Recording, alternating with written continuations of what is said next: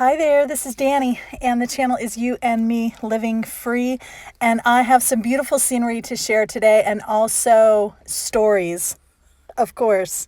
So I'm calling it Dazed and Confused in Vermilion Cliffs, and here's the primary reason why. So I'm going to share this scenery as I am driving through what is Vermilion Cliffs, and I'm going to let you just watch and look at the sheer beauty. I friggin' love this place. And I'm going to tell you the story of why this was confusing. Okay. A lot of you, if you've been watching me, you know I don't have a lot of camping experience. I don't have a lot of experience in nature. I went to my very first national park earlier this year, so everything is kind of new to me. And when I think of National Monument, I think of drive the car to a specific point in time and place, like Mount Rushmore. There, you drive up, your GPS tells you here's Mount Rushmore. You get there, there's a gate, there's a visitor center, there's a monument. You're like, okay, this is very clear to me. I understand this. Vermilion Cliffs is an entire area, and I even wrote down a few things. It includes the Pariah Plateau, Pariah Canyon, Coyote Buttes. It includes how many acres? Literally hundreds of thousands of acres of land. So Vermilion Cliffs is not one place. So when people told me you have to go to Vermilion Cliffs, in my mind it was one point and place, or at least an area that wasn't thousands and thousands of acres. So that was my confusion. Now you may ask, well, Danny, why were you so confused? Didn't you do any research? Well, that's another story. I'm so glad you asked. That's a whole nother story.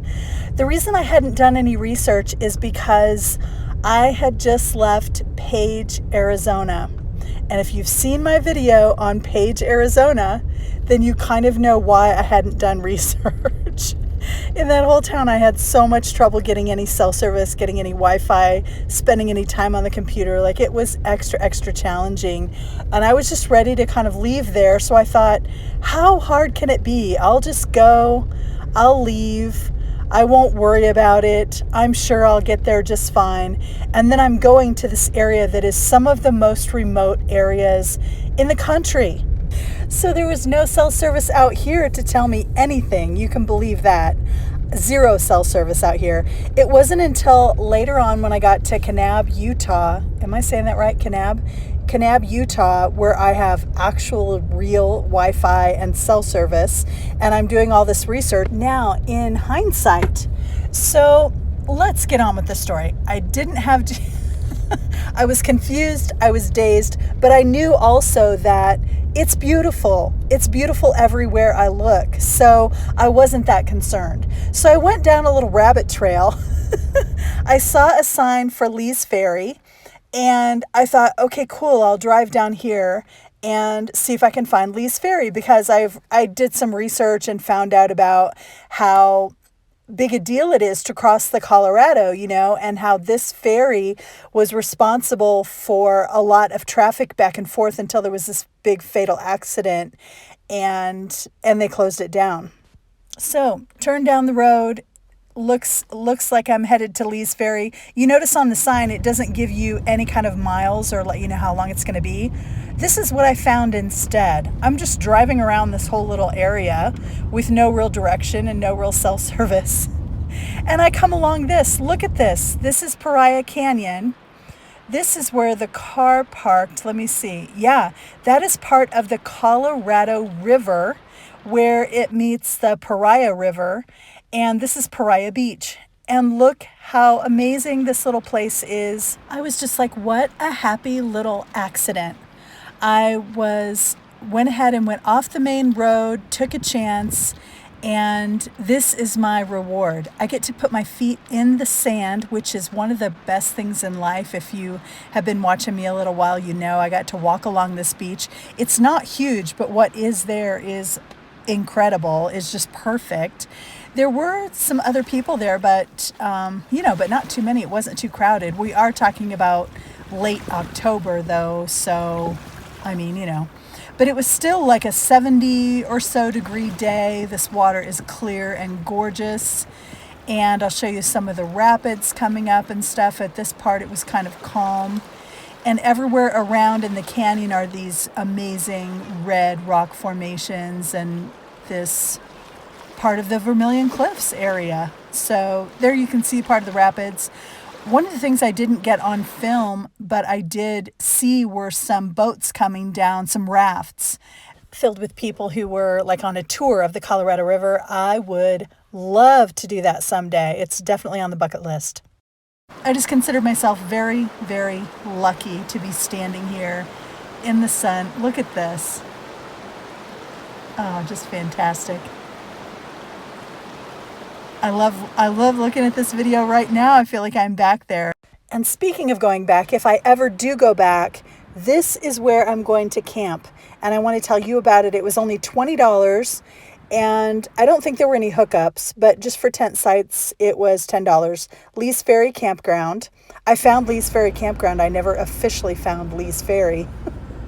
Anyway, this is a little run through the campground super quick, but you'll see those big things off to the side that they have picnic tables and they are providing shade. And I thought, isn't that the best thing in the world when you're in an area like this that has so much sunshine and so few trees? And then here is the back of the campground, and these people are right, you can see, looking down on the Colorado River. How amazing is that for $20 a night? I thought I would definitely do that if I had a chance. Okay. I know this little black thing must be a bug on my window screen. It must have these little smudges on my window screen. I am so sorry about that.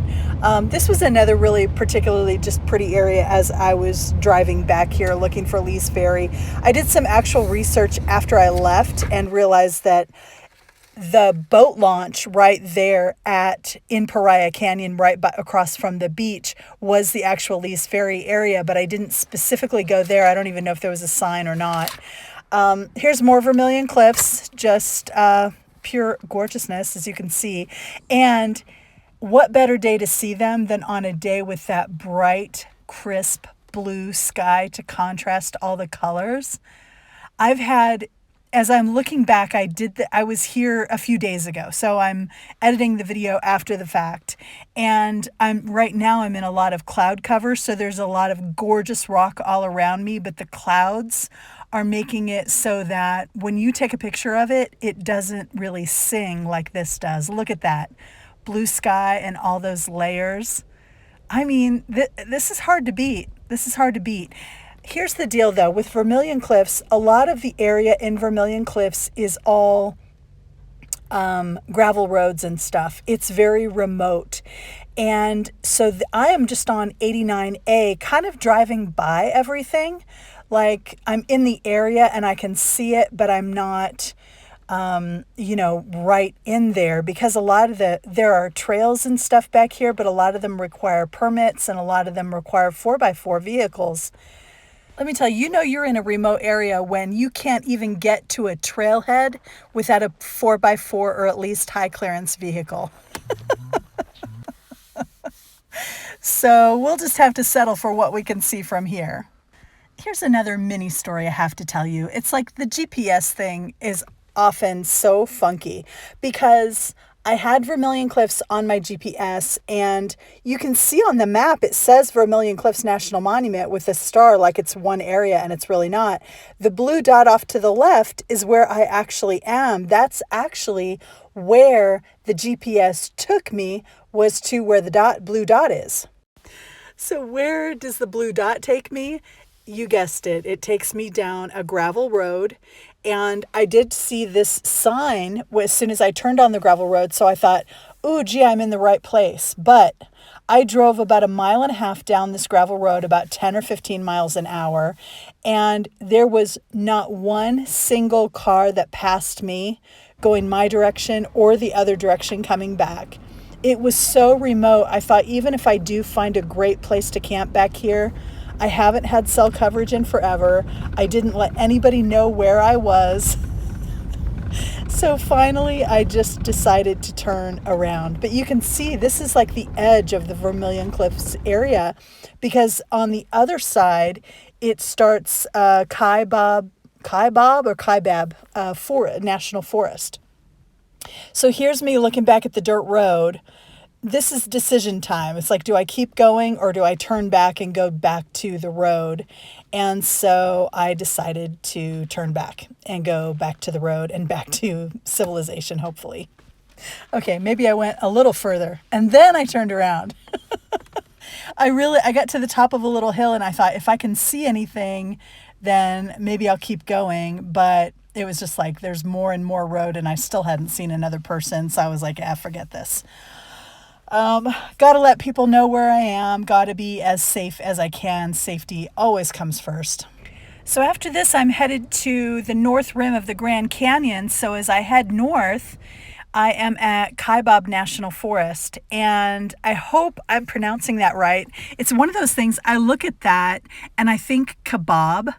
I know I'm not the only one because I looked up online the correct pronunciation, and there were 3 or 4 different websites I looked at, and I got 3 different pronunciations, and so I still have no idea how to pronounce it for sure. Even when I say it in my mind, I put the emphasis on the wrong syllable and call it kebab instead of kaibab. Okay, enough rambling, Danny. Enough. Let's just stop right there. You have made it to the end of another video, if you can believe it. I know I can't. And I want you to know that I appreciate you. I thank you so much if you have stuck around this far. And I'm sending you tons of love, and I will catch you next time.